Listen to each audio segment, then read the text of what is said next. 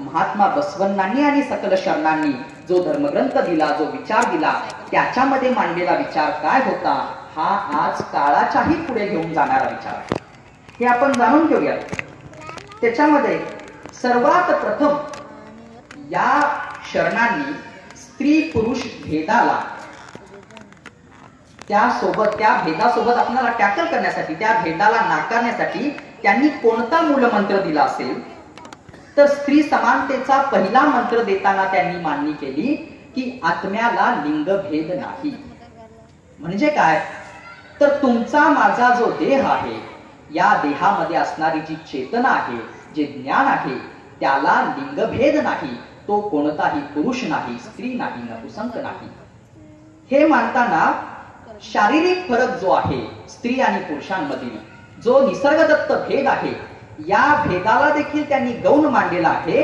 आणि त्याच्या पलीकडे जाऊन आत्म्याचं जे अभेदत्व आहे, म्हणजे आत्मा जो कोणत्याही प्रकारचा भेद त्याच्यामध्ये करता येत नाही, हा कशा प्रकारे आहे हे खूप छान सुंदर अशा उदाहरणांद्वारे शरणांनी आणि बसवण्णांनी मांडलेलं आहे. जेडर दासिमय्या नावाचे शरण होते बसवण्णांच्या काळामध्ये. त्यांनी एका वचनामध्ये म्हटलेलं आहे, स्तनेव केश संभार वाढल्यास स्त्री म्हणते. पहा, स्तनांचा आकार वाढला, डोक्यावरती केस वाढले तर आपण तिला स्त्री म्हणतो. दाढी मिशा फुटल्यास पुरुष म्हणती. आत असलेला आत्मा स्त्री नाही, पुरुष नाही, राम नाही. महात्मा बसवण्णांचे सहकारी आपल्या वचनामध्ये म्हणतात. त्या पुढे जाऊन शरणी गोगव्वा नावाची एक सामान्य स्त्री, तिचं कायक काय होतं, आपण आता 16 वर्ष झालं या व्याख्यानमालेचा आस्वाद घेत आहात. याचा अर्थ कायक, दासोह या सर्व संज्ञांची आपल्याला माहिती असेल, आपण सर्वजण जाणत आहात असाल तर कष्ट करण्याचं काम, तिचं जे रोजंदारीचं काम होतं ते काय होतं. गोगव्वा नावाची अतिशय सामान्य स्त्री होती आणि शिवभक्ताच्या घरामध्ये धूप देणं, धुपाचा व्यवसाय करण्याचं एक सामान्य काम ती गोगव्वा शरणी करत होती. मग तिनं काहीतरी वचनाची निर्मिती केलेली आहे, साहित्याची निर्मिती केलेली आहे आणि तिनबान केलेल्या वचनामध्ये ती म्हणते, येता स्तनांना उभारी म्हणता नारी, फुटता मिसरूड पहा हो नर, या दोहोंच्या ठिकाणी बसणारा आत्मा नारी असे की नर, असा प्रश्न 12व्या शतकामध्ये गोगव्वा विचारते. ऐदक्की लक्कम्मा, प्रत्येक घरामध्ये, शिवशरणांच्या घरामध्ये सांडलेलं तांदूळ वेचण्याचं काम करण्याचं एक सामान्य काम मारय्या करत होता लक्कम्मा. आणि त्या ऐदक्की मारय्या करत होती. त्याची जी पत्नी आहे ऐदक्की लक्कम्मा, ती देखील म्हणते, स्त्री नव्हे, पुरुष नव्हे, नपुंसक नव्हे, आत्मा म्हणून जाणावे परी डोळ्यास न दिसावे, म्हणून आत्म्याला लिंगभेद नाही पहा.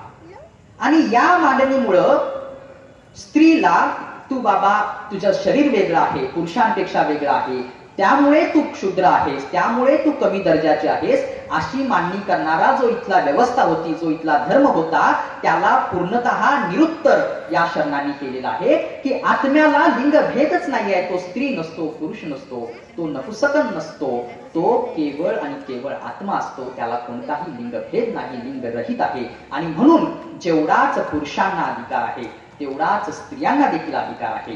हा मूलमंत्र 12व्या शतकामध्ये बसवण्णांनी दिला.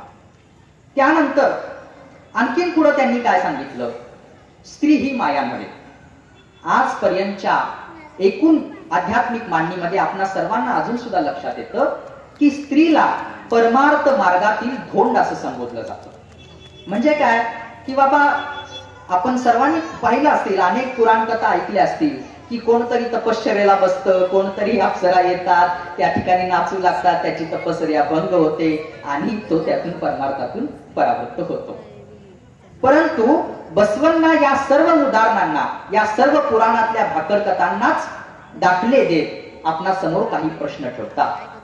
ते प्रश्न काय आहेत हे फार महत्वाचे आहेत.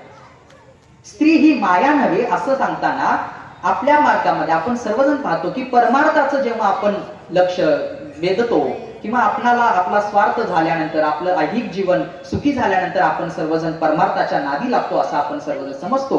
परंतु या परमार्थामध्ये आपण पाहतो की कांचन, कामिनी आणि भूमी म्हणजे काय, तर स्त्री, सुवर्ण म्हणजे संपत्ती आणि भूमी म्हणजे जमीन, या सर्वापासून आपण लांब असलो पाहिजे, अशा प्रकारची मांडणी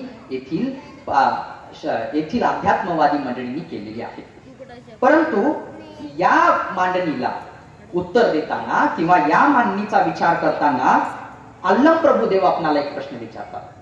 जे अल्लम प्रभुदेव शरणांनी निर्माण केलेल्या अनुभव मंडपाचे पहिले शून्यपीठाधीश्वर होते, म्हणजे अध्यक्ष होते, जे अतिशय शूद्र जातीमध्ये जन्मले होते, परंतु महात्मा बसवण्णांनी त्यांना लोकशाही संसदेचं अध्यक्षपद दिलं होतं. त्या अनुभव मंडपाचे अध्यक्ष अल्लम प्रभुदेव आपल्याला प्रश्न विचारतात आणि ते म्हणतात की कांचन माया म्हणती कांचन माया नाही, कामिनी माया म्हणती कामिनी माया नव्हे, भूमी माया म्हणती भूमी माया नव्हे, मना समोरील आशाच माया असे पहा. आपल्या मनासमोर जी आशा उत्पन्न होते, एखादं सुवर्ण बघितल्यानंतर ते सुवर्ण आपल्याला प्राप्त झालं पाहिजे, एखादी स्त्री बघितल्यानंतर ती स्त्री आपल्याला प्राप्त झाली पाहिजे, एखादी भूमी बघितल्यानंतर त्या भूमीचे आपण मालक झालो पाहिजे, अशा प्रकारची आशाच खऱ्या अर्थाने माया आहे. ती स्त्री म्हणजे माया नाही, ती जमीन म्हणजे माया नाही, ते सुवर्ण म्हणजे माया नाही. अशा प्रकारची मांडणी 12व्या शतकामध्ये शरणांनी केली होती. आणि म्हणून स्त्रीला जो काही परमार्थ मार्गामध्ये धोंड म्हणले जातं किंवा परमार्थातले एक मोठा अडसरा म्हणला जातो, याला त्यांनी उत्तर दिलं आणि हे कसं चुकीचं आहे हे मांडलं. त्यानंतर त्यांनी मान्य केली की स्त्री ही अस्पृश्य नव्हे. आता स्त्रीला अस्पृश्य का ठरवलं गेलं? कारण तिच्या मासिक धर्मामुळे तिला अस्पृश्य ठरवलं गेलं. मासिक धर्म म्हणजे काय? तर मासिक पाळी. महिन्यातून स्त्रीला जो मासिक धर्म होतो, त्या मासिक पाळीमुळे स्त्रीला त्या ठिकाणी गौण लेखलं झालं, अस्पृश्य लेखलं गेलं. परंतु या मासिक पाळीवरती देखील शरणांनी त्या काळी विचार केलेला आहे. आपण आज देखील मासिक पाळीवरती बोलताना तितक्या फ्रीडमने किंवा तितक्या सहज गतीने समाजामध्ये बोलू शकत नाही, हे आजचं वास्तव आहे.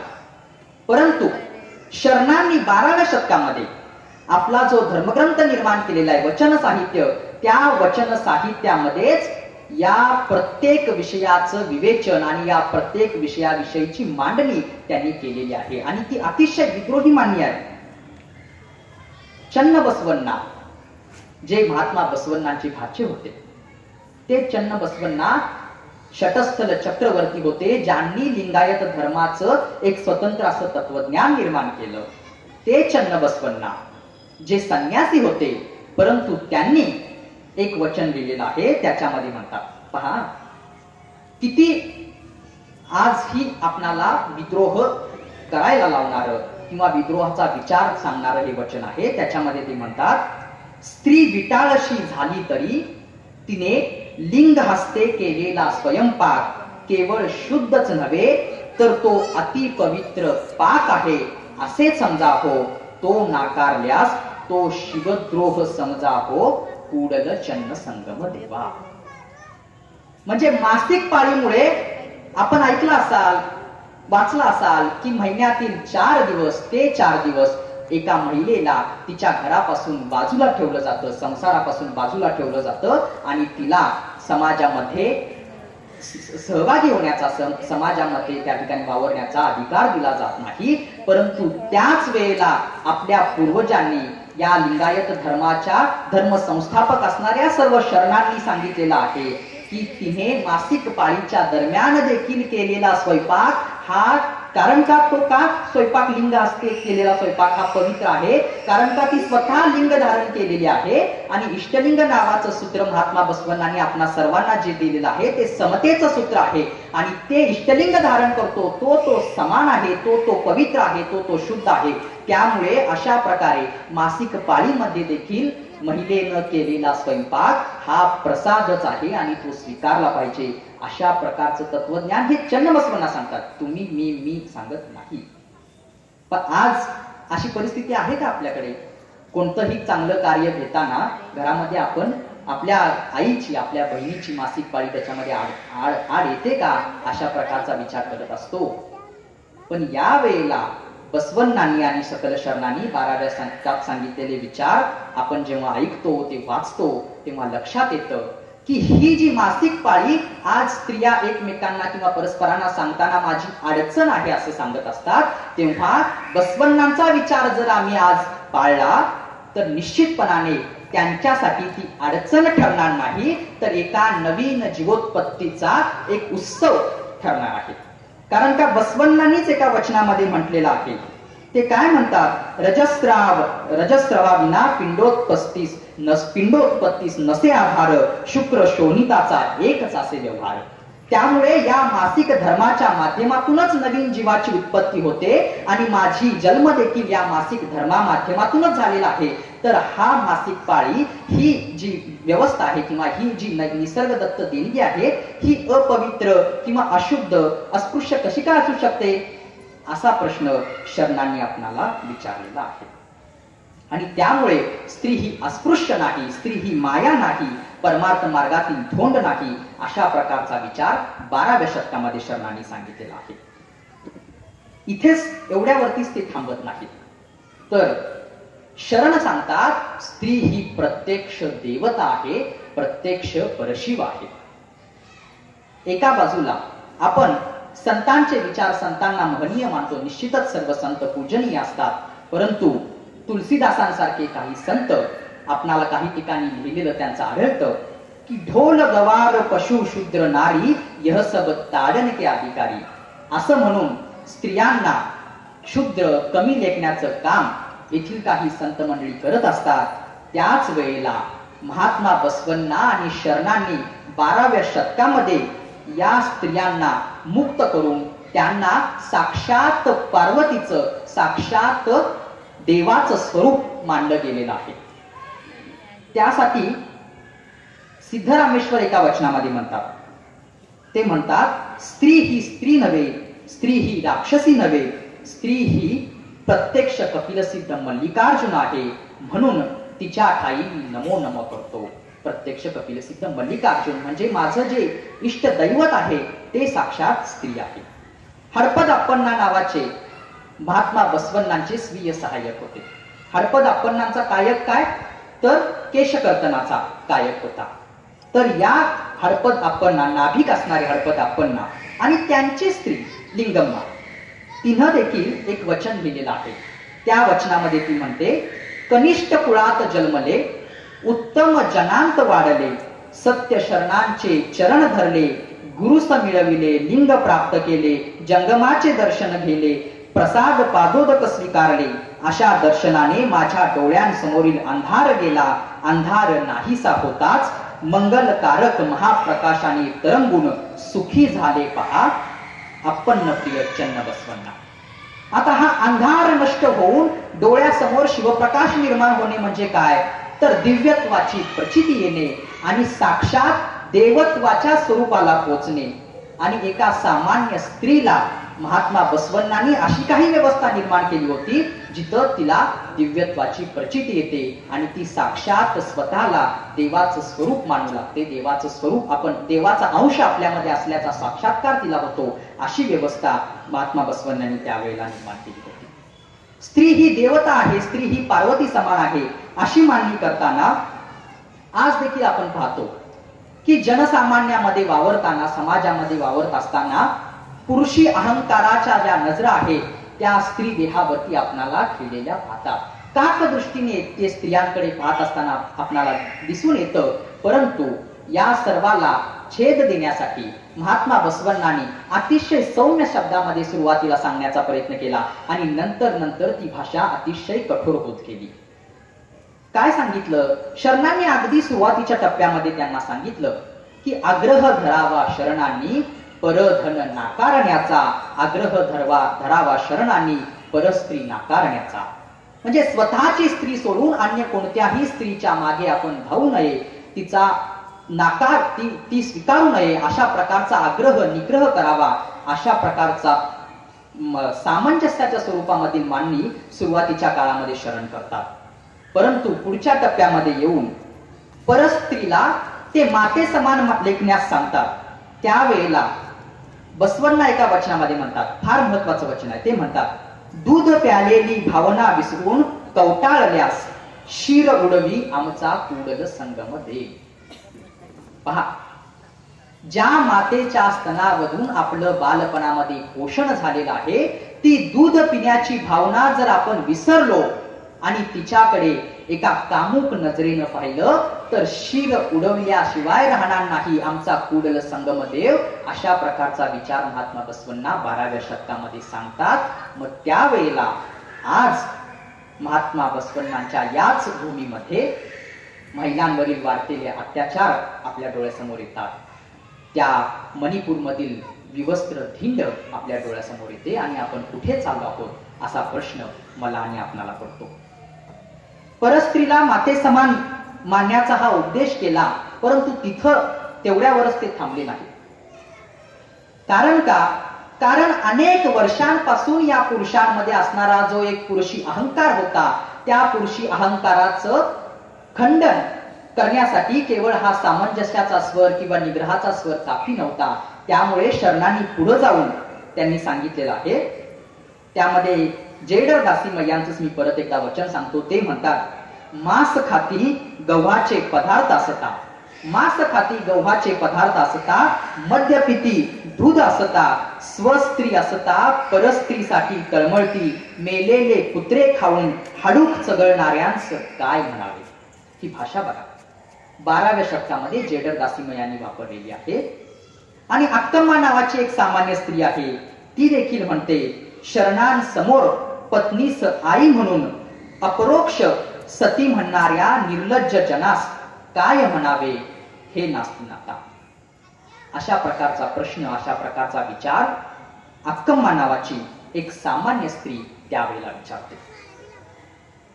हे केवळ स्त्रियांच्या स्वातंत्र्याची, स्त्रियांना एक मुक्त माणूस म्हणून, स्त्रियांना ज्या प्रकारे पुरुषाला जगण्याचा अधिकार आहे तसाच स्त्रीला जगण्याचा अधिकार आहे, हे एवढीच मांडणी शरणांनी केली नाही. कारण का आपण आज त्यांनी विचारलेले प्रश्न जेव्हा जाणतो, विचार करतो, त्यावेळेला लक्षात येतात की आज देखील आपण अशा प्रकारचे प्रश्न विचारण्याचे धाडस समाजामध्ये करू शकत नाही. आणि म्हणून याच सोबत म्हणून काय स्त्रियांना केवळ स्वैराचाराला त्यांना स्वातंत्र्य दिलं, पण त्यांना स्वैराचारासाठी त्यांनी मुभा दिली अशा प्रकारचं नाही आहे. शरणांनी स्त्रियांना देखील काही बंधनं घातली. त्याच्यामध्ये ते म्हणतात की इष्टलिंगावर निष्ठा नसलेला भक्त, पतीवर प्रेम नसलेली बायको, असली काय नसली काय, राजास पाहून पतीला विसरलेल्या वृक्षावर चढून हात सोडल्यासम आहे पहा कुडल संगम देवा. आणि म्हणून स्त्रीनं देखील आपल्या पतीवरती एकनिष्ठ राहिलं पाहिजे अशा प्रकारची मांडणी त्यावेळेला शरणांनी केलेली आहे.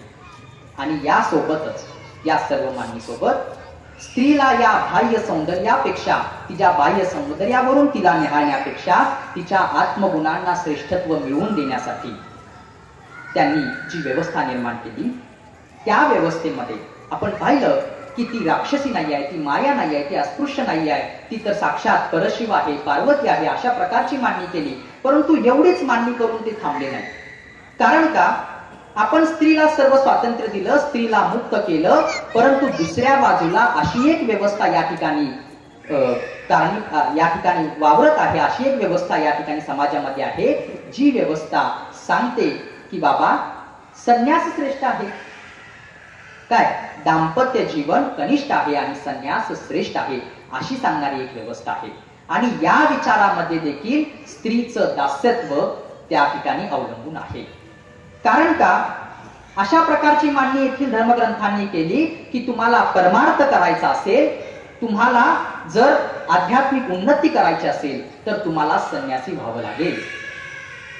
आज आपण या कार्यक्रमाच्या सुरुवातीला एक सुंदर गाणं या ठिकाणी लागलं होतं आणि त्या गाण्याची एक ओळ होती, काय अभाग्या भगवे नेसून घर संन्यास न जाती, असं त्याच्यामध्ये त्या गीतकाराने कवीने म्हणलेलं आहे. तर या संन्यासाची काय भानगड आहे आणि हा संन्यास खरोखर श्रेष्ठ आहे का?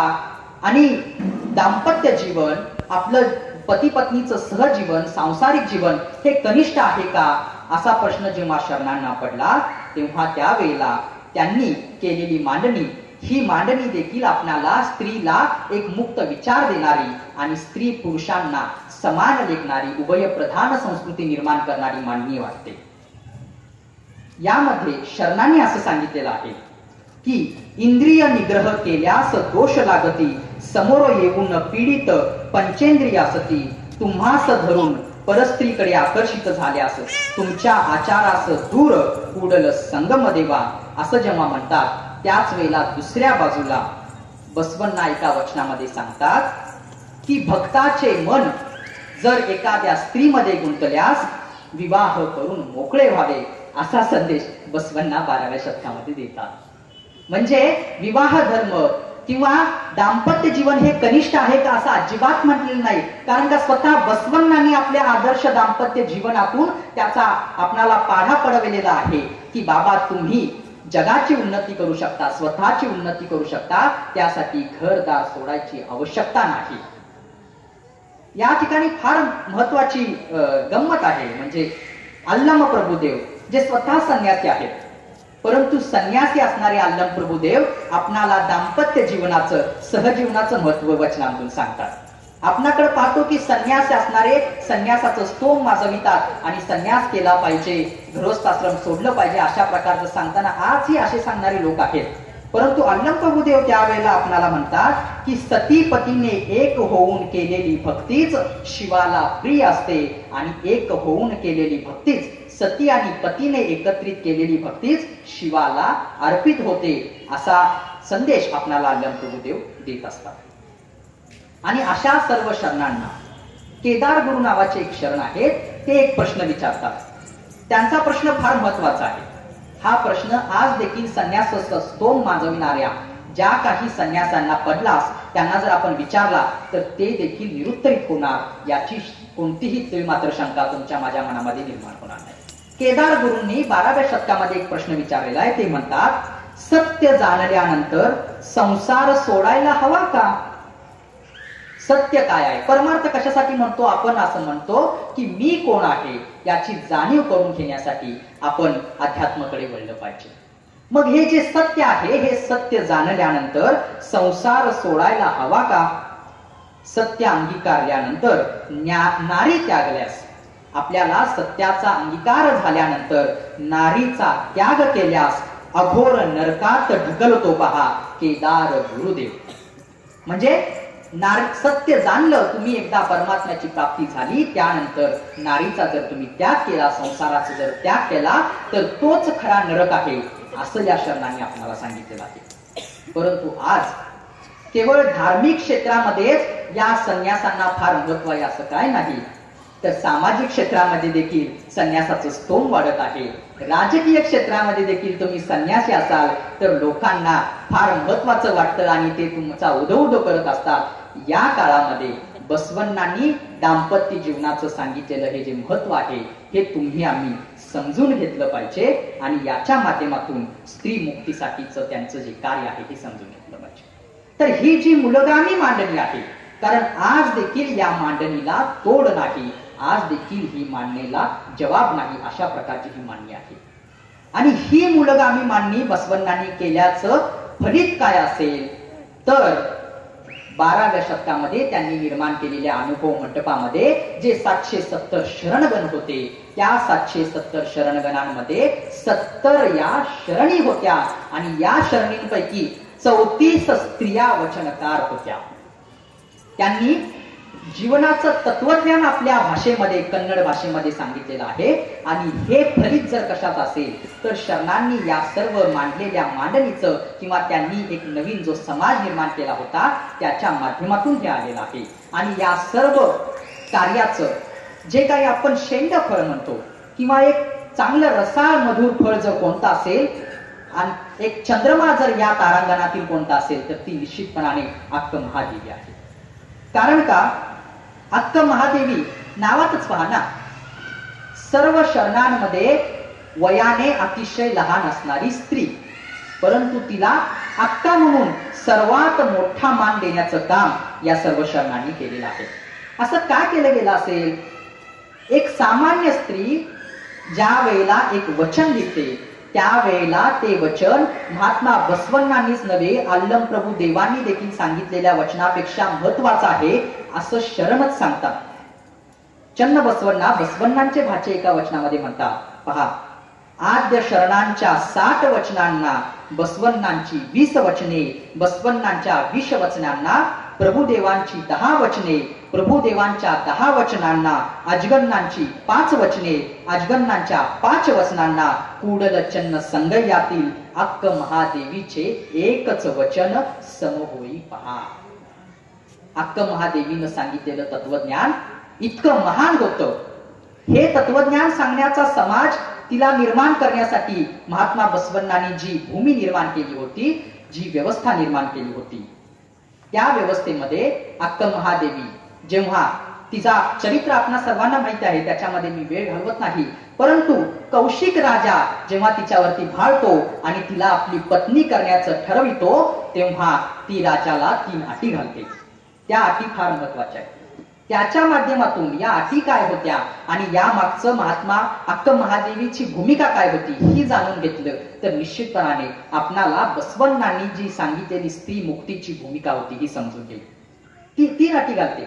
कौशिक हा त्या काळच्या तिच्या क्षेत्राचा राजा होता आणि तिला ती अटी घालते. ती सांगते महादेवीच्या म्हणजे तिच्या इच्छेविरुद्ध तिच्या शरीराला स्पर्श करणार नाही, तिच्या अध्यात्म साधनेमध्ये व्यत्यय आणणार नाही आणि राजाने भौतिक भोग विलासापासून दूर होऊन अध्यात्म मार्गाकडे वळावे, अशा प्रकारच्या अटी घालून ती लग्नाला तयार होते. लग्न होतं अक्क महादेवीचं आणि कौशिकाचं, परंतु कौशिक आपल्या इंद्रियावरती संयम बाळगू शकत नाही आणि अवघ्या काही दिवसामध्ये अक्क महादेवी एकदा इष्टलिंग साधना करत असते, तेव्हा तिच्या पदराला तो हात लावतो. त्यावेळेला अक्क महादेवीनं म्हटलेले उच्चार फार महत्वाचे आहेत. ती म्हणते, हाताने अंगावरील पातळ धरू शकतोस, पण अंगावरील काया धरणे साध्य आहे का? तू साडीला हात लावशील, साडी फेडून घेशील, तू माझ्याकडून हिसकावून घेशील, परंतु माझ्या देहावरतीच निसर्गानं दिलेलं जे आवरण आहे, कायेचं आवरण आहे, ती तू ओळगाडू शकतोस का? अंगावरील वस्त्रे आभरणे ओढून काढू शकतोस, म्हणून शरीरातील निर्वाण ओढणे साध्य आहे का? चन्न मल्लिकार्जुनाचे दिव्य वस्त्र अंगावर असता, अरे वेड्या मला लौकिक वस्त्राची काय पर्वा, असे म्हणून स्वतःच वस्त्र त्या ठिकाणी काढून त्या कौशिक राजासमोर ठेवते आणि संपूर्ण केश सांभार करून दिगंबरावस्थेमध्ये ती तेथेच राज्याचं राजवाडा सोडून कल्याणला जाते. किती महत्वाची कार्य आहे बघा. 12व्या शतकामध्ये ही अक्क महादेवी उडतळी होऊन कल्याणला सुमारे 600 किलोमीटरचं अंतर आहे, ही पायी चालत गेलेली आहे. आणि कल्याणमध्ये गेल्यानंतर देखील तिला सहजासहजी शरणांनी तिला स्वीकारण्यासाठी फार आनंदित ते असतात, परंतु अल्लम प्रभुदेव तिच्या वैराग्याची त्या ठिकाणी परीक्षा घेऊ इच्छितात आणि त्यामुळे तिला काही प्रश्न विचारतात. इथं आता ज्या कौशिक राजाला लाथाडून, त्याच्या संपत्तीला लाथाडून अक्क महादेवी निघालेली आहे, तिनं कोणता विचार त्यावेळेला सांगितला असेल, मनामध्ये ठरवला असेल की माझ्या इच्छेविरुद्ध माझ्या शरीराला हात लावण्याचा कुणालाही अधिकार नाही. आज 21व्या शतकामध्ये नो मीन्स नो नावाची चळवळ आपल्याला स्त्रीवाद उभी करताना दिसतं, परंतु 12व्या शतकामध्ये शरणांनी अक्क महादेवीने या चळवळीचा पाया त्या ठिकाणी घातलेला होता. आणि अशा वेळेला ही अक्क महादेवी ज्या वेळेला येते, अल्लम प्रभुदेवांसमोर येते, त्यावेळेला तिच्या वैराग्याची परीक्षा घेताना अल्लम प्रभुदेव तिला काही प्रश्न विचारतात आणि ते म्हणतात की तू असं म्हणतेस की साक्षात चन्न मल्लिकार्जुनाला आपला पती मानतेस, तर ही केस सांभार तरी तुला करण्याची काय आवश्यकता आहे? केसानं तुझा देह झाकण्याची काय आवश्यकता आहे?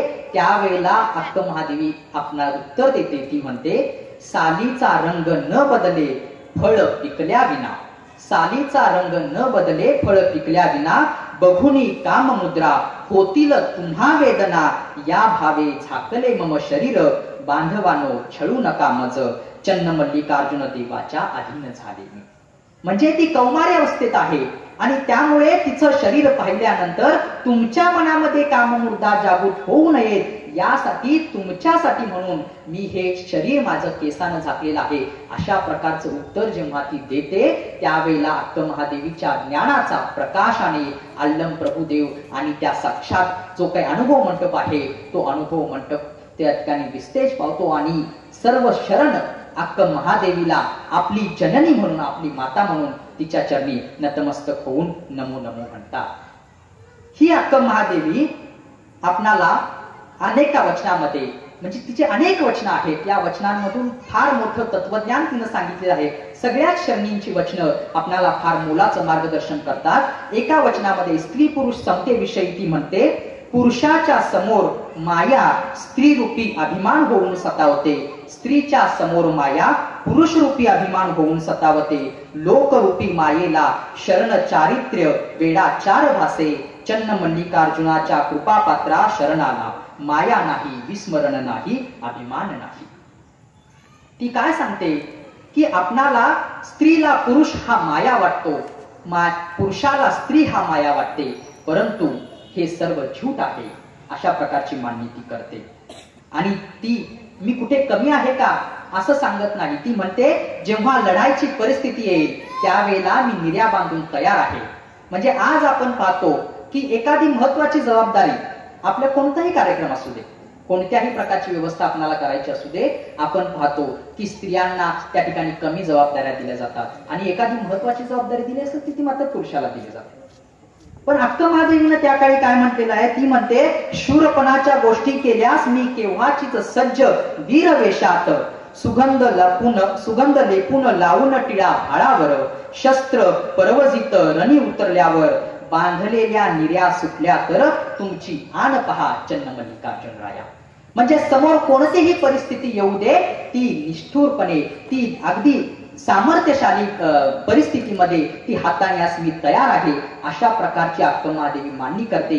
आणि हेच जणुकीय सूत्र पुढे त्या शरणींमध्ये उतरल्यामुळे आपण पाहू शकतो की जेव्हा बसवण्णांच्या या क्रांतीवरती प्रतिक्रांती झाली, अल्लम प्रभू देवांच्या वचनांची, बसवण्णांच्या शरणांच्या वचनांची जाळपोळ झाली, त्यावेळेला आपणा सर्वांच्या बऱ्यापैकी अनेक जणांची कुलदेवी असणारी गुड्डापूरची दानम्मा देवी ती शरणी होती. तिनं गणाचारी दल निर्माण केलं होतं, ज्यांनी संरक्षण करून हे वचन साहित्य त्या ठिकाणी उळवीला पोहोचवलेला आहे. आणि हा वीरवेशातील जो काही संस्कार आहे हा अल्लम प्रभू हा अक्क महादेवीच्या वचनातून येतो, हे आपल्याला लक्षात घेतलं पाहिजे. राणी चन्नम्मानं जो कार्य केलेलं आहे, इंग्रजांच्या विरुद्ध दिलेली लढाई असेल, त्या लढाईचं देखील सूत्र, त्याचा विचार देखील, त्याची प्रेरणा देखील अल्लम प्रभू अक्क महादेवीच्या आणि या शरणींच्या वचनांमध्ये आपल्याला मिळतात. अशाच प्रकारची मांडणी आपल्याला अनेक शरणींचे दाखले देता येतील, ज्यांनी त्या काळच्या व्यवस्थेला भेद देत एक नवीन समाज निर्माण केला आणि स्वतंत्रपणे आपलं अस्तित्व निर्माण केलं. मी एक दोनच उदाहरण सांगून या ठिकाणी थांबणार आहे, कारण का जेवणाची वेळ होत आहे. महात्मा बसवण्णांची पत्नी गंगांबिका, नीलांबिका, दोन पत्नी. त्या गंगांबिकेनं लिहिलेली जी वचनं आहेत किंवा प्रत्येक शरणींनी लिहिलेली वचनं आहेत, या शरणींनी लिहिलेल्या वचनामध्ये त्यांनी निर्माण केलेलं, त्यांनी वापरलेलं जे वचनांकित आहे हे काय आहे हे देखील जाणून घेतलं तर त्या किती मुक्त विचाराच्या आहेत आम्हाला लक्षात येतं. गंगांबिका आपल्या वचनाचं जे काय वचनांकित आहे ते वापरतं गंगाप्रिय कुडल संगमदेव, गंगाप्रिय कुडल संगमदेव. नीलांबिका बसवण्णांची पत्नी ती वापरते संगय्या नावाचं वचनांकित वापरते. तुम्ही म्हणाल यात काय मोठे आहे, मोठेपण आहे, पण बसवण्णांनी केवळ या स्त्रियांना लिहित केलं नाही, त्यांना स्वतंत्र विचार करायला शिकवलं. तू स्वतंत्र, तुझं स्वतःचं अस्तित्व आहे, हे अस्तित्व कुठपर्यंत त्यांनी त्यांच्यामध्ये रुजवलं होतं की गंगांबिका म्हणू शकली असते की आज आपण भक्ती भांडारी बसवण्णा म्हणतो, साक्षात परशिवाचा अवतार बसवण्णा म्हणतो, तर निश्चितपणाने ती म्हणू शकली असती की बसवप्रिय कुडल संगमदेव. किंवा नीलांबिका देखील म्हणू शकली असती बसवप्रिय संगय्या, परंतु ती तसं म्हणत नाही. गंगाप्रिय, ती स्वतःच स्वतंत्र अस्तित्व मान्य करते आणि गंगाप्रिय कुडल संगमदेव अशा प्रकारचं वचनांकित ती वापरते. याच सोबत ऐदक्की मार या लक्कमा अशा अनेक उदाहरणं देता येतील. आज देखील आपण पाहतो की भर सभेमध्ये आपल्या पतीला, स्त्रीला एखादा प्रश्न विचारण्याचा अधिकार आहे का? भर सभेमध्ये आपल्या पतीला स्त्रीला शहाणपण शिकवण्याचा अधिकार आहे का असा प्रश्न आज पडतो. परंतु ऐदक्की मारय्या आणि ऐदक्की लक्कमाची गोष्ट आपणा सर्वांना माहित असेल की वेचलेलं तांदूळ ती घेऊन यायचं काम त्यांचं जे असतं, कायक असतं, त्यावेळेला कायकाच्या चर्चेमध्ये ऐदक्की मारय्या तल्लीन झालेला आहे. त्यावेळेला लक्कम्मा म्हणते की कायक थांबले आहे निघावे स्वामी, तुम्ही केवळ कायकावरती चर्चा करणं महत्वाचं नाही आहे तर कायक करणं महत्वाचं आहे. त्यामुळे मारय्याला त्या भर अनुभव मंडपातून उठून तुझ्या कायकाला जा म्हणून ती सांगते. त्या ठिकाणी गेल्यानंतर एक दिवशी बसवण्णांनी जादा तांदूळ सांडलेले आहेत आणि ते जादा तांदूळ जेव्हा मारय्या घेऊन येतो त्यावेळेला ती लक्कम्मा म्हणते की दृढ मनाने आणल्याऐवजी द्विधा मनाने आणले तुम्ही. म्हणजे काय तर नेहमीच्या तांदळापेक्षा आजचे जास्त तांदूळ दिसतात आणि हे तुम्ही का आणले. त्यावेळेला मारय्या म्हणतो की ठीक आहे आणले ना, ठेवूयात, उद्या वापरूयात, परवा वापरूयात. त्यावेळेला जे शरणांनी सांगितलेलं असंग्रहाचं तत्व होतं ते आपल्या मारय्याला सांगत लक्कम्मा सांगते की आशा राजाला असते, शिवभक्ताला असावी का. उद्या काय होईल याची आशा शिवभक्ताला असण्याची गरज नाही, हे देवाला मान्य होणार नाही. तुम्ही उरलेले तांदूळ आपल्या आवश्यकतेपेक्षा जास्त असणारे तांदूळ परत तिथे ओतून या म्हणून सांगते आणि मारय्या खरोखर ते तांदूळ त्या ठिकाणी ओतायला जातो. आज आपल्या पत्नीने एखादी गोष्ट सांगितल्यानंतर आपण ती ऐकू का आणि ही गोष्ट सांगण्याचा अधिकार स्त्रीला आपण सर्वसामान्य जनतेमध्ये समाजामध्ये देतो का असा प्रश्न विचारला पाहिजे. आणि हा प्रश्न विचारल्यानंतर आपणाला लक्षात येईल की निश्चितपणाने बसवण्णांनी 12व्या शतकामध्ये सांगितलेला हा जो विचार होता, मांडलेला हा जो काही विचार होता, हा किती काळाच्या पुढचा होता. आज देखील आपण तो विचार सत्यात उतरवण्यामध्ये कुठेतरी कमी पडत आहोत. परंतु एक अभिमान असला पाहिजे की आपण सर्वजण या लिंगायत धर्मामध्ये जन्मलो आहोत. या लिंगायत धर्मामध्ये शरणांना किंवा कोणत्याही भक्ताला, प्रत्येक व्यक्तीला लिंग भेद अशा कोणत्याही प्रकारच्या भेदाला सामोरे जावं लागतच नाही. त्याचबरोबर स्त्रिया आणि पुरुषांना समान अधिकार तर दिलेले आहेतच, परंतु हा अधिकार देताना फार महत्वाचा आहे बरं का. आपणा सर्वांना माहित असेल काहींचं जर आजोळ किंवा आपले संबंधित कर्नाटकामध्ये असतील तर तिथे एक प्रथा आहे. इष्टलिंग दीक्षा कधी दिली जाते बरे आपल्यापैकी कोणी सांगू शकेल. माता गरोदर असताना 8व्या महिन्यामध्ये तिच्या उदराला त्या ठिकाणी स्वामींकडून इष्टलिंग बांधलं जातं. आणि इष्टलिंग बांधलं म्हणजे काय तर त्याला धर्माचे सर्व अधिकार दिले, त्याला समानतेचे सर्व अधिकार दिले. मग आता लक्षात घ्या, 8व्या महिन्यामध्ये महिलेच्या गर्भामध्ये असणारं अर्भक स्त्री आहे का पुरुष आहे याचा विचार देखील केलेला नाही आणि ते जन्मायला येण्या अगोदरच त्याला सर्व प्रकारचे अधिकार आहेत. अशा प्रकारची व्यवस्था या लिंगायत धर्मामध्ये निर्माण झालेली आहे. त्या लिंगायत धर्माचे आपण सर्वजण पालक आहोत, त्याचा अभिमान आपल्याला बाळगला पाहिजे. आणि मग याच्यामध्ये स्त्रीला एक वेगळे संस्कार, पुरुषाला एक वेगळे संस्कार असं अजिबात नाही आहे. तुम्ही पण 3 बोटानं पट्टे वरतात, त्या पण 3 बोटानं पट्टे वरतात. तुमच्यासाठी पण पंचाचारच आहे, त्यांच्यासाठी पण षटस्थलच आहे, त्यांच्यासाठी पण अष्टावरणच आहे. कुठं इकडं अष्टावरण आहे म्हणून तिकडं सप्तावरण नाही, तिकडं पंचाचार आहे म्हणून तिकडं 4च आचार दिले. असं कोणत्याही प्रकारचं काम, अशा कोणत्याही प्रकारचा भेद अगदी छोट्या छोट्या पातळीवरती, सूक्ष्म पातळीवरती देखील केल्याचा दिसून येत नाही. त्यामुळे मूलतः अगदी फंडामेंटल मुळापासून व्यवस्था बदलण्याचं काम या शरणांनी केलेलं आहे. आणि हे शरणांचे विचार, हा जो स्त्री पुरुष समतेचा विचार, केवळ स्त्री मोठी नाही, केवळ पुरुष मोठा नाही, तर दोघेही मोठे आहेत म्हणून उभय प्रधान संस्कृती निर्माण करण्याचा विचार जो शरणांनी तुम्हा आम्हाला सांगितलेला आहे, हा विचार आपण इथून पुढे बाळगूयात. आणि या विचाराला निश्चितपणाने आपणासमोर आव्हाने आहेत का तर आहेत. कारण का मी ज्या 3 घटनांचा उल्लेख सुरुवातीला केला, आजच्या समाजामधील वास्तव जर पाहिलं तर तुम्हा आम्हाला वाटू शकतं की ठीक आहे 12व्या शतकामध्ये या सर्व शरणांनी केलं, आज आपल्याला करणं शक्य आहे का असा प्रश्न पडू शकतो. परंतु बसवण्णांचं एक वचन तुम्हा आम्हाला प्रेरणा देईल. ते वचन सांगतो आणि थांबतो, ज्यामध्ये बसवण्णा म्हणतात, कुणी रागावले जरी आमच्यावरी काय करतील ते आमचे. कुणी रागावले जरी आमच्यावरी म्हणजे मी आमच्या स्त्रियांना, घरामधील स्त्रियांना तिला समान अधिकार दिला, मासिक पाळीच्या दरम्यान देखील तिला स्वयंपाकाचा अधिकार दिला आणि तिनं केलेला स्वयंपाक हा प्रसाद म्हणून देवाला नैवेद्य दाखविला.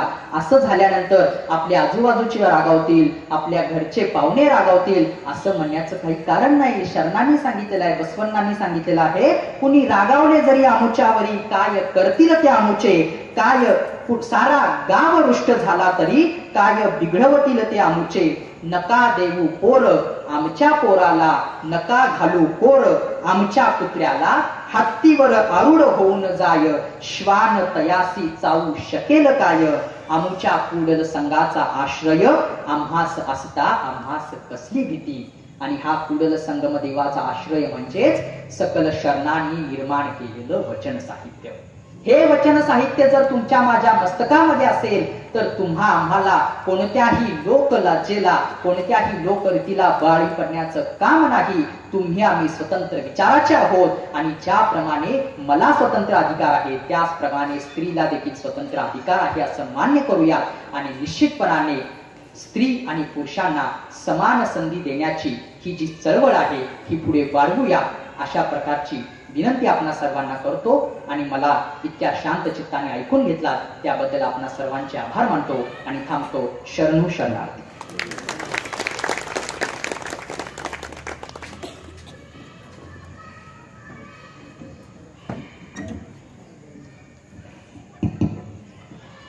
धन्यवाद. तर बसलेल्या माझ्या महिला भगिनींना काय अधिकार आहेत हे खऱ्या अर्थानं 12व्या शतकापासून आहेत. म्हणजे अधिकार वापरत असताना कर्तव्याची सुद्धा जाणीव ठेवली पाहिजे हे सगळ्यात पहिल्यांदा लक्षात घेणं गरजेचं आहे. आणि तुम्ही खऱ्या अर्थानं आज महिलांच्या विषयी जे काय 12व्या शतकामध्ये जे स्वातंत्र्य मिळालं ते सांगितलं. त्यातल्या काही गोष्टी कशा घेण्यासारख्या आहेत. त्यातल्या पहिली गोष्ट म्हणजे आत्ता महादेवीने आपलं वर निवडत असताना ज्या अटी घातल्या त्या आजच्या सर कुंभार सर अटी सांगत असताना आमच्या महिला भगिनी पहिल्यांदा आपल्या मुलगीला स्थळ बघताना तो मुलगा फक्त पुण्यालाच आहे काय एवढं विचारतात. म्हणजे आई वडील बरोबर नको, म्हणजे एकत्र कुटुंब नको असं सांगणारी माझी आई आपल्या मुलीचं भवितव्याची चिंता कशी करते हे सुद्धा गरजेचं आहे. त्याचप्रमाणे आपल्या मुलीच्या विषयी तो आध्यात्मिक असला पाहिजे असं अक्का महादेवी म्हणली. परंतु आता जर म्हणलं जर मुलगा जरा साधा दिसतोय म्हणजे ह्याला मुलगा कसा पाहिजे, साधा नको तर तो दररोज मुलगीला बाहेर जेवायला नेणार असला पाहिजे ही वृत्ती सुद्धा आपण हाणून पाहिली पाहिजे. आजच्या व्याख्यानातून ह्या बऱ्याच गोष्टीचं सर चिंतन केलं पाहिजे. कारण का युवा एक समस्या निर्माण झाल्या आणि महिलांचं स्वातंत्र्य बघत असताना महिलांनी आपल्या मुलींचं स्वातंत्र्य कितपत योग्य पद्धतीने आचरणात आणलं गेलं पाहिजे ह्यासाठी सुद्धा अक्का महादेवींनी ज्या अटी ठेवल्या होत्या आणि त्या अटी आणि आजच्या माझ्या मुलींच्या अटीपेक्षा त्यांच्या आई वडिलांच्या अटी ह्याच्यावर सुद्धा चिंतन आजच्या दिवशी होणं गरजेचं आहे. त्यानंतर लक्कमांनी जे सांगितलं आपल्या महाराजाला की तांदूळ जास्त कशाला आणला तुम्ही आणि हे आणलाय तिकडे ठेवून या जावा. आजची माझी महिला भगिनी एक साडीच का आणला 4-5 का आणला नाही असं म्हणणारी, म्हणजे जे गरजेपेक्षा तिजोरीमध्ये भरपूर काय साठवून ठेवून दुःखाचं कारण बनणाऱ्या गोष्टीचा त्याग करणं आजच्या महिला भगिनींनी खऱ्या अर्थानं टाळलं पाहिजे. हे व्याख्यानातून आज घेणं गरजेचं आहे. सांगण्यासारखं भरपूर आहे परंतु बऱ्याच सूचना सांगायच्या आहेत, बऱ्याच गोष्टी सांगायच्या आहेत. परंतु आजचं व्याख्यान हे खऱ्या अर्थानं आमच्या इकडली पुरुष मंडळी आहेत उद्यापासून नक्कीच त्यांच्यामध्ये एवढा बदल होईल की सकाळी उठल्या आमच्या महिला भगिनींना म्हणतील की गुड मॉर्निंग सुद्धा म्हणतील. म्हणजे एक तळागण आणि संध्याकाळी आल्यावर आमची महिला भगिनी सुद्धा आलात काय या पाणी प्या असं सुद्धा म्हणतील. असे बरेच बदल उद्यापासून आमच्या सर्व शरणांच्या मध्ये होतील याविषयी मला आत्मविश्वास आहे. म्हणजे हे सगळं सांगत असताना आजचं जे व्याख्यान ठेवलं सर, व्याख्यानाला येत असताना आपण सहकुटुंब सहपरिवार येतो, पिक्चरला जात असताना सहकुटुंब सहपरिवार जातो. पिक्चर मध्ये तिकीट काढून आज सगळेजण बसतो, आपली लहान मुलं सुद्धा आपल्या बरोबर बसणं गरजेचं आहे. ह्यासाठी खऱ्या अर्थानं आपण हे केलंय. जवळजवळ 100 मुलं इकडे तिकडे दंगा करत होती आणि आम्ही सारखं उठून जाऊन त्यांना सांगत होतो की बाळांनो शांत बसा. म्हणजे आई वडिलांनीच फक्त चांगलं ऐकून यश चालणार नाही तर मुलांनी सुद्धा चांगलं ऐकणं गरजेचं आहे. म्हणजे मुलांना शांत बसवणं, मुलांना त्या गोष्टी सगळ्या ऐकून हे काळाची गरज आहे. त्यासाठी सुद्धा आपण बराच खटाटोप केलेला आहे. तर उद्यापासून काही सूचना मी तुम्हाला सांगतो, त्या पहिल्यांदा ऐका तुम्ही. की ही व्याख्यानमाला घेत असताना आम्ही सगळ्यांच्यापर्यंत पोहोचू शकलो नाही. ह्या व्याख्यानाचं सगळं नाटक करत असताना सर आर्थिक गणित हे सगळ्यात महत्वाचं असतं. तर ज्यांना ज्यांना कुणाला अजून देणगी द्यायची इच्छा असेल त्यांनी पाठीमागं देणगी देण्यास काय हरकत नाही. देणगी कितीही महत्वाची नाही, फक्त देणं हे सगळ्यात महत्वाचं असतं. त्याचप्रमाणे हे सगळं करत असताना आपण बक्षीस योजना ठेवली की बरेच जण म्हणले की महाराष्ट्रात ही पहिली व्याख्यानमाला की श्रोत्याला बक्षीस दिलं जातं सर. गेल्या वर्षीचे व्याख्याते म्हणले की माझ्या वतीने सुद्धा आम्ही 10 पुस्तक देतो असं म्हणले. म्हणजे बक्षीस ह्या जगामध्ये जन्माला येतानाच म्हणजे आमिष नावाचा जो प्रकार आहे, त्या आमिषापोटी ह्या जगामध्ये बऱ्याच गोष्टी करतात. परंतु चांगल्या गोष्टीसाठी आमिष दाखवणे ही काळाची गरज आहे. आणि आजचे जे व्याख्यानासाठी उपस्थित असलेले म्हणजे लहान मुलांच्या पासून मोठ्या वयस्कर पुरुषांच्या पर्यंत इथं जे आलेले आहेत, हे व्याख्यानाचे सर बक्षीस ठेवण्याचं कारण काय आहे कुंभार सर? तर आज ही 16-18 जण बक्षीस घेऊन गेल्यानंतर म्हणजे बक्षीस जाहीर झाल्यानंतर उद्या गल्लीभर सांगतील की काल आम्ही लिंगायत धर्माच्या व्याख्यानमालेला गेलतो आणि आम्हाला बक्षीस मिळाले. ती एकटा ऐकल्यानंतर 25 जण येते, म्हणजे 17 गुणिले 25 केले की 400 उद्या यायलाच पाहिजेत अशी आमची इच्छा आहे. नाही तर तुम्ही जाऊन उद्या पण माझ्या सासूला बक्षीस लागले पाहिजे म्हणून सांगायला नाही, अशी कुठली गोष्ट करायची नाही अशी मी हात जोडून तुम्हाला विनंती करतो. तर आजची जी बक्षीस योजना आहे त्या बक्षीस योजनेचा पहिल्यांदा ब्राव होईल. त्याच्या अगोदर मी सांगतो की उद्याचं व्याख्यान अतिशय आजच्या एवढंच महत्वाचं आहे. कारण का व्याख्याते सगळे पुरुष असतात प्रत्येक व्याख्यानमालेमध्ये सर, परंतु महिला व्याख्याता असणं गरजेचं आहे. ज्या सरिता शालिवान पट्टणशेट्टी मॅडम जगमध्ये बालरोग तज्ञ आहेत, MD आहेत आणि लिंगायत चळवळीला खऱ्या अर्थाने वाहून घेऊन आपल्या घरामध्ये संस्कार करतात, अशा उद्या सरिता पट्टणशेट्टी मॅडम आपल्याला स्वामी विवेकानंदांनी बसवेश्वर यांच्या तत्वांचं सांगड घालून आपल्या घरामध्ये संस्कार कसे करावेत हे सांगणार आहेत. तर त्यांचं व्याख्यान ऐकण्यासाठी उद्या जास्तीत जास्त लोकांनी प्रत्येकाने येताना 10 जणांना सांगणं गरजेचं आहे. हे पहिल्यांदा मी जाहीर आव्हान ह्या विचारपीठावरून करतो. त्याचप्रमाणे हे व्याख्यानाला येत असताना उद्या अगदी वेळेमध्ये यावं, कारण का व्याख्यात्याला बरंच काय सांगायचं असतं, तू स्वतःच घड्याकडे बघतो, पण तू घड्याकडे बघण्यासारखं यश इथं काय ठेवलं नाही. कारण घरात जाऊन नुसतं झोपायचंच आहे. जेव्हा आता इथं जेवायचं आणि जाऊन झोपायचं आहे. आपण रात्री 12-1 पर्यंत फेसबुक आणि व्हॉट्सअपवर ऑनलाईन असतोय. जरा इथं ऑनलाईन राहिलं म्हणून काय फरक पडत नाही. तर त्यामुळं जेवणाची चिंता इथं 10 वाजता जरी जेवण मिळालं तरी जाऊन आणि 1 तास आपण झोपणार नसतो. त्यामुळे कोणी गडबड करायची नाही हे सुद्धा मी आमच्या लिंगायत समाज संस्थेच्या वतीने जाहीर असं आवाहन करतो.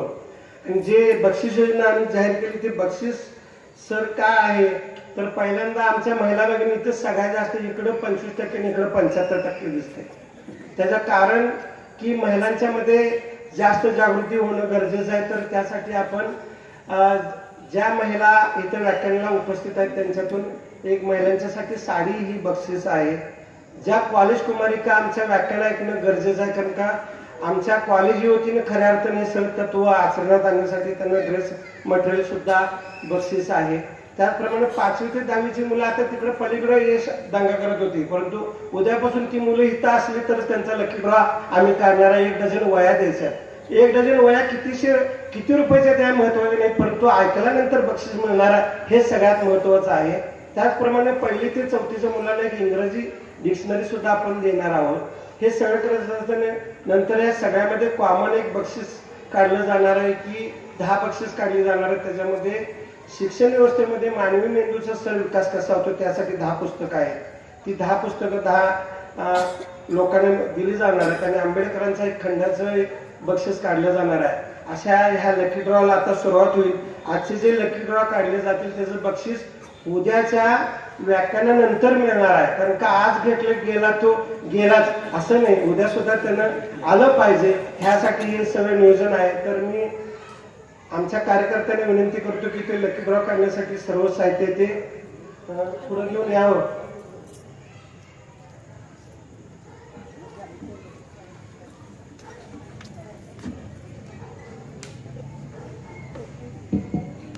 सगळ्यात पहिला माझ्या महिला भगिनी ज्या इथे उपस्थित आहेत